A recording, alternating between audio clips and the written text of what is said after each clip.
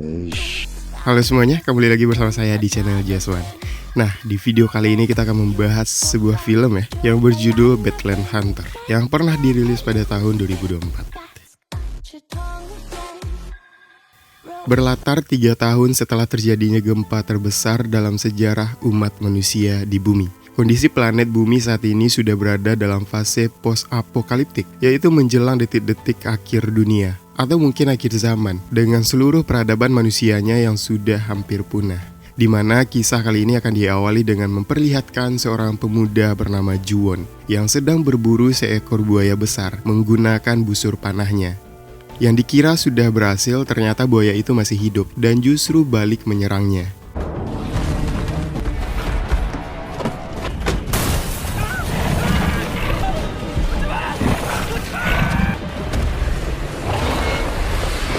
Dan ya, inilah jagoan planet bumi kita semua, yaitu Don Lee, yang merupakan sahabat dekat dari Jiwon.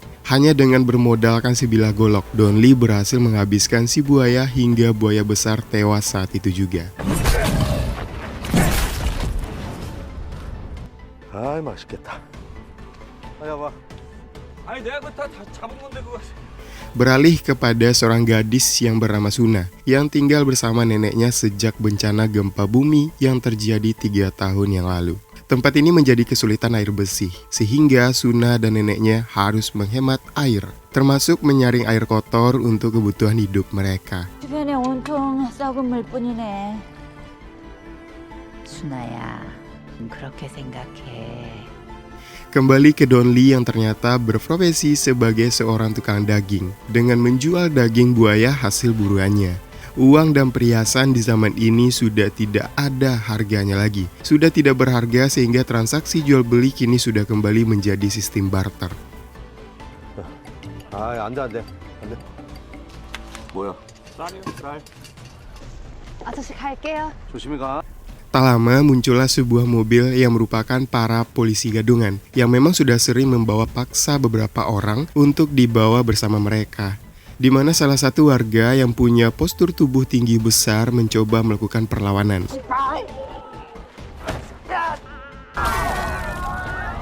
Disitulah mereka melihat sosok Suna yang tampak masih muda, sehat, dan cantik. Sehingga tanpa banyak pikir panjang, salah satu polisi gadungan pun menjambak Suna untuk ikut bersama mereka.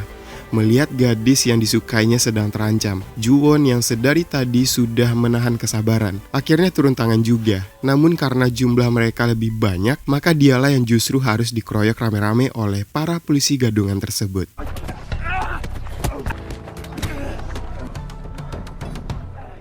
Dan ya, jagoan kita semua pun akhirnya turun tangan. Niat hati tidak ingin cari ribut. Don Lee terpaksa mengeluarkan bogemannya hingga membuat semua polisi gadungan tersebut jatuh tidak berdaya.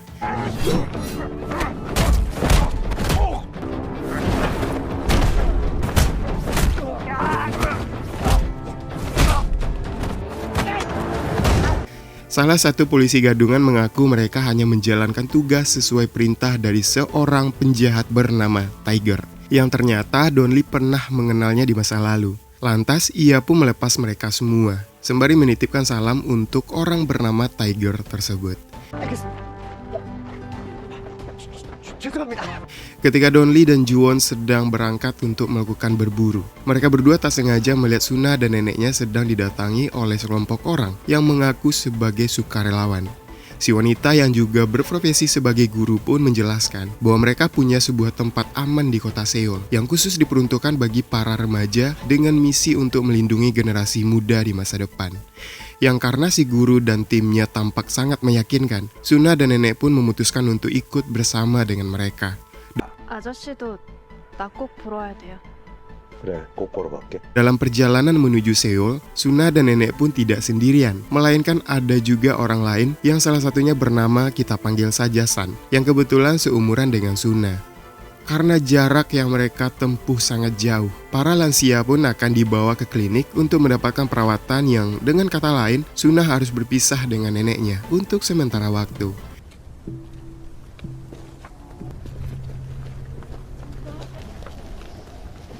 Alih-alih dibawa ke klinik, neneknya Suna dan seorang kakek pun malah dibawa ke tepi jurang dan dihabisi di tempat tersebut.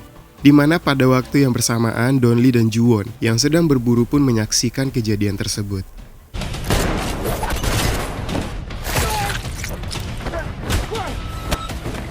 Don Lee dan Ju-won berhasil menumbangkan kedua sukarelawan dengan serangan yang fatal dan mustahil masih bisa bertahan. Namun ternyata keduanya bangkit kembali, sehingga bisa disimpulkan bahwa mereka bukanlah manusia biasa.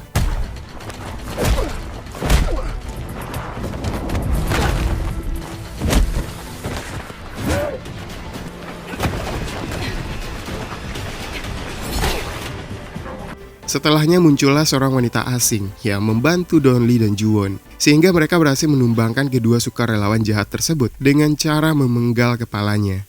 Setelah menguburkan si nenek dengan layak, Don Lee dan Ju-won pun menghampiri si wanita asing yang bernama In-ho. Ia mengaku adalah mantan sersan tentara di pasukan khusus, dan kedua sukarelawan yang barusan mereka hadapi adalah mantan anak buahnya sendiri di masa lampau.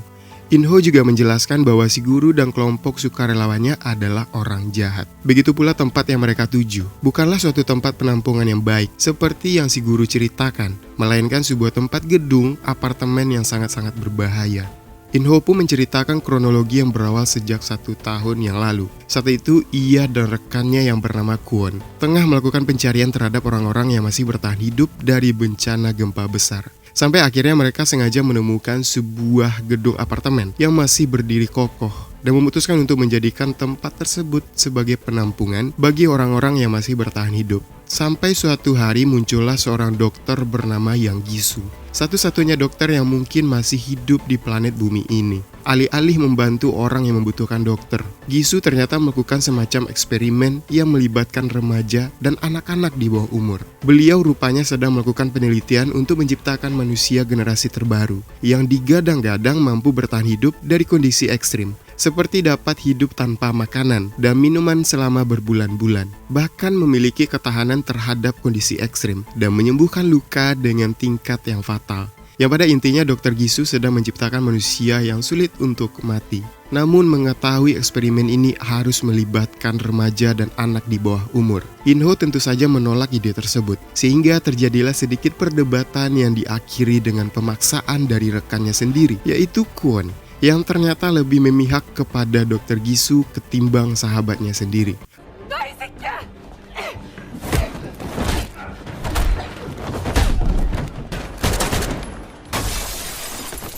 아무래도 양기수가 사람들한테 이상한 실험을 하는 것 같습니다. Beralih ke Suna dan kawan-kawan yang sudah sampai di lokasi apartemen. Mereka langsung disambut oleh Dr. Gisu yang memberikan sedikit pidato sebelum akhirnya Suna dan kawan-kawan dibawa ke kamar mereka masing-masing. 네, 여러분들 그동안 저 밖에서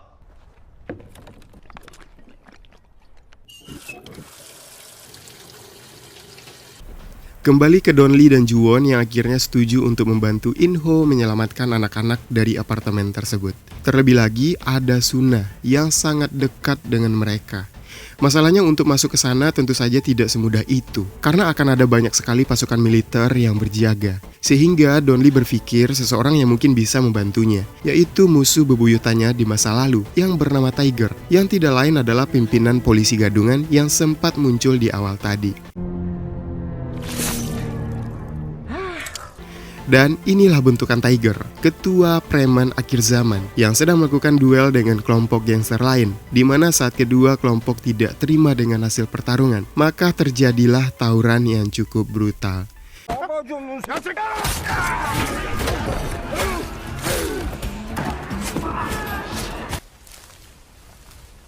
Tak lama muncullah Don Lee dengan gagahnya yang meminta mereka semua untuk berhenti. Disinilah kita akhirnya akan mengetahui jika Don Lee dulunya adalah seorang petinju profesional yang sudah berhasil mengalahkan banyak lawan, yang salah satunya adalah si Tiger ini.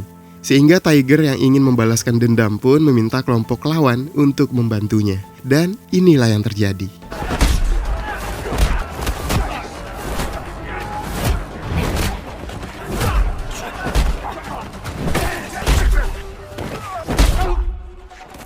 Ya, Tiger pun meringis kesakitan karena hanya dengan satu bogeman yang dilayangkan oleh Don Lee.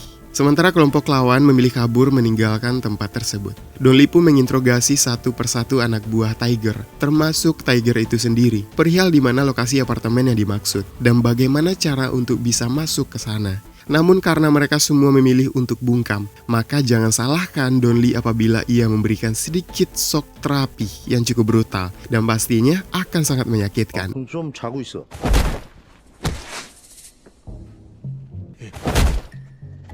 너 자. 몰라? Tak ingin bernasib sama seperti anak buahnya, Tiger pun memilih jujur dengan menjelaskan bahwa Dr. Gisu dan pasukan sudah berhasil menguasai semua air bersih. Sehingga Tiger mau tidak mau harus bekerja untuk Dr. Gisu dengan cara mencari remaja dan anak-anak untuk ditukarkan dengan air bersih. Yang ketika Don Lee sudah mendapatkan apa yang dia inginkan, maka Tiger pun disuruh tidur meski ia belum mengantuk. 말하느라고 피곤할 텐데 한숨 자라. 아니 나 뭐 그렇게 안 피곤한데? 한숨 자. Beralih ke apartemen, Dr. Gisu mulai memberikan arahan kepada tamu baru bahwa orang yang usianya di atas 30 akan tinggal di lantai bawah untuk bekerja sebagai penyaring air bersih bersama dengan para pekerja lainnya. Sementara untuk remaja akan dibawa ke lantai atas untuk mengikuti kegiatan belajar mengajar demi tetap mencerdaskan generasi masa depan.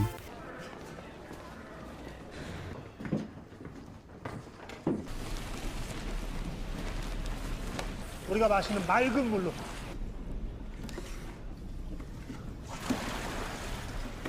Suna yang sudah tiba di kelas pun mulai menyadari ada kejanggalan saat melihat raut wajah para murid yang tampak lebih diam dan patuh dengan tatapan yang kosong. Bahkan terdapat bekas luka di bagian belakang telinga yang dimiliki oleh hampir semua murid yang ada di kelas tersebut. 계속해서 물과 식량을 낭비되어 왔던 거예요. 그래야만 생존할 수 있는 이 시. Tak lama, semua murid pun dibagi botol air minum, di mana saat mereka langsung meminumnya, Suna justru malah menanyakan keberadaan neneknya. Sehingga si guru pun menjawab bahwa nenek Suna sakit parah, sehingga harus mendapat perawatan 2-3 hari lagi. Yang hal itu tentu saja membuat kecurigaan Suna semakin bertambah, dan memutuskan untuk tidak meminum air tersebut. 미래입니다. Malam harinya, Suna yang punya firasat buruk tentang tempat ini pun memutuskan untuk kabur. Yang pada waktu bersamaan, kedua orang tua San pun mendesak para tentara untuk menunjukkan di mana putrinya berada. Sehingga Dr. Gisu pun terpaksa turun tangan langsung dengan mengajak mereka berdua ke dalam lab ruangan tempat penelitiannya. 아니 내가 분명히 Sebelum Dr. Gisu dan orang tua San tiba di lab, Suna ternyata lebih dahulu tiba di sana dan menemukan beberapa berkas penelitian yang isinya sangat mengejutkan. Karena Dr. Gisu sudah mengorbankan ratusan remaja dan anak-anak untuk percobaan ini. Ia menggabungkan DNA manusia dan DNA reptil untuk menciptakan manusia generasi terbaru yang sulit mati dan mampu bertahan dalam kondisi ekstrim. Sehingga sekarang semuanya menjadi masuk akal kenapa beliau membawa dirinya termasuk anak-anak seumurannya ke tempat ini.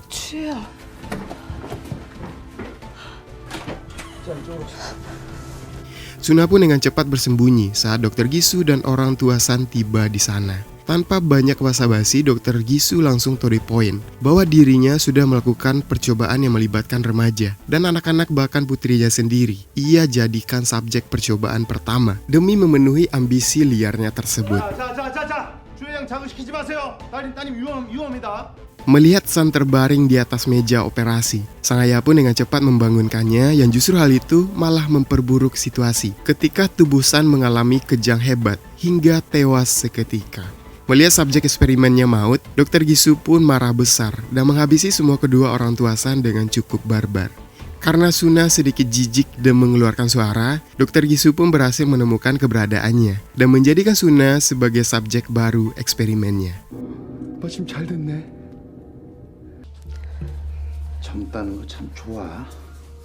Keesokan paginya, Don Lee dan kawan-kawan pun sudah tiba di depan gerbang apartemen dengan si Tiger sebagai penunjuk jalan. Dengan dalih mengantarkan barang baru, Tiger pun mencoba melobi seorang penjaga agar diizinkan masuk.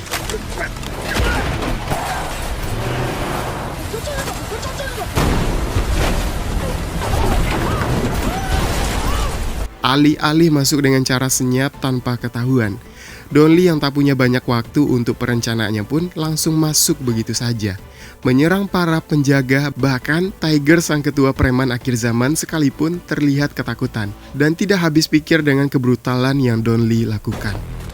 저 사람들.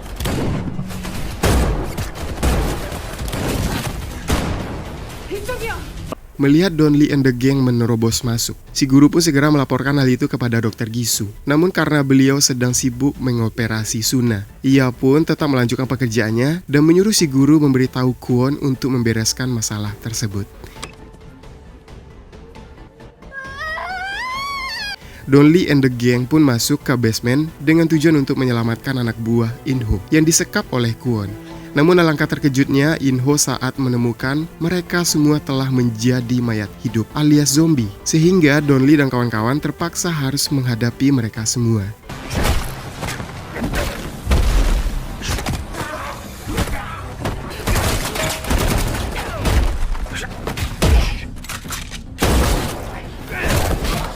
Selesai dengan para zombie, Don Lee dan kawan-kawan kini harus menghadapi Kwon dan pasukannya yang sedang menuju ke basement. Akan tetapi,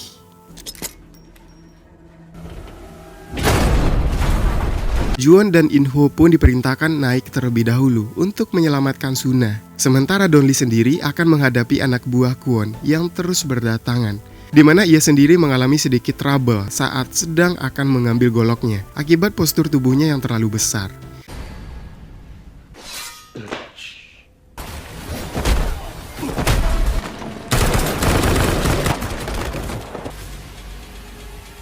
Tepat saat Don Lee sudah selesai membereskan puluhan anak buah Kwon, Jiwon dan In-ho sendiri sedang kesulitan menghadapi para tentara yang terus-terusan saja bermunculan. Sehingga untuk mempersingkat waktu, Jiwon pun diminta untuk pergi duluan, sementara In-ho akan menghadapi mereka semua sendirian.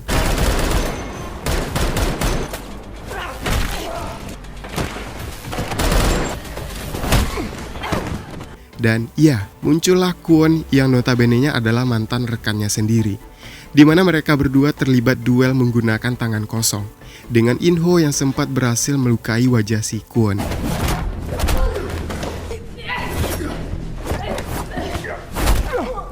Pada akhirnya, In-ho pun harus kalah dari Kwon yang melemparnya ke bawah gedung, di mana Juwon tiba-tiba muncul sambil menyandera si guru. Begitu pula dengan Don Lee yang sudah tiba di sana dan nampaknya akan menjadi lawan yang seimbang bagi si Kwon yang kuat ini. 뭐 묻은 거야? 재밌네. Disinilah adrenalin sesungguhnya yang akan dimulai ketika Don Lee kesulitan mengalahkan si Kwon yang sulit mati tersebut. Berkali-kali Kwon dibanting ke sana kemari, ia tetap bangkit. Sehingga Don Lee merasa perlu untuk menggunakan treatment khusus yang berbeda dengan cara melemparkannya ke tepi gedung dan memotong mastakannya agar terpisah dengan tubuh bagian bawah.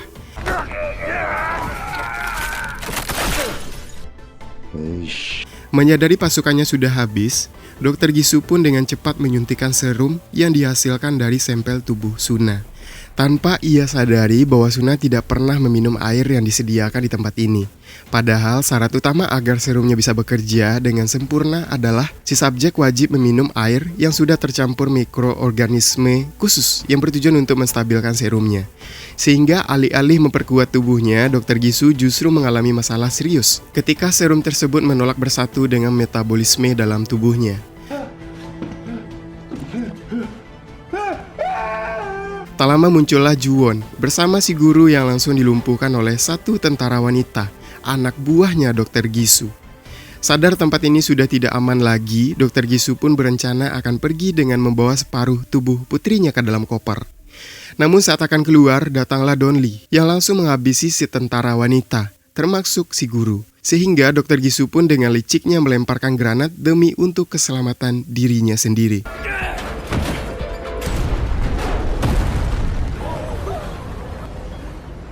Setibanya di bawah, Dr. Gisu langsung dikerubuti oleh para orang tua yang meminta anak mereka dikembalikan dengan kondisi sebagian badannya yang mengalami bengkak benjolan akibat kegagalan serum. Dr. Gisu pun mulai menggila dengan mengambil sebuah senjata dan menembaki semua orang hingga tak sengaja mengenai koper berisi tubuh putrinya sendiri. Alih-alih akan membangkitkan kembali putrinya, Dr. Gisu justru mengalami 2 kali rasa sakit kehilangan putri tercinta oleh karena perbuatannya sendiri. Yang tepat saat tubuhnya semakin membengkak tidak karuan, muncullah Don Lee dan kawan-kawan yang tanpa ragu langsung menghabisinya saat itu juga.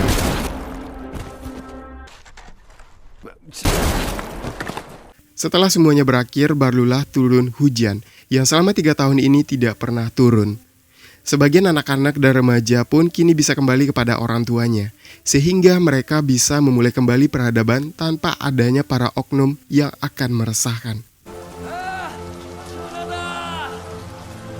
Nah, seperti itulah cerita dari film Badlands Hunters. Coba tuliskan di kolom komentar bagaimana menurut kalian tentang pembahasan kali ini. Dan jika kalian suka, jangan lupa berikan like-nya. Si Judi Setiawan, thanks for watching video, and until next time.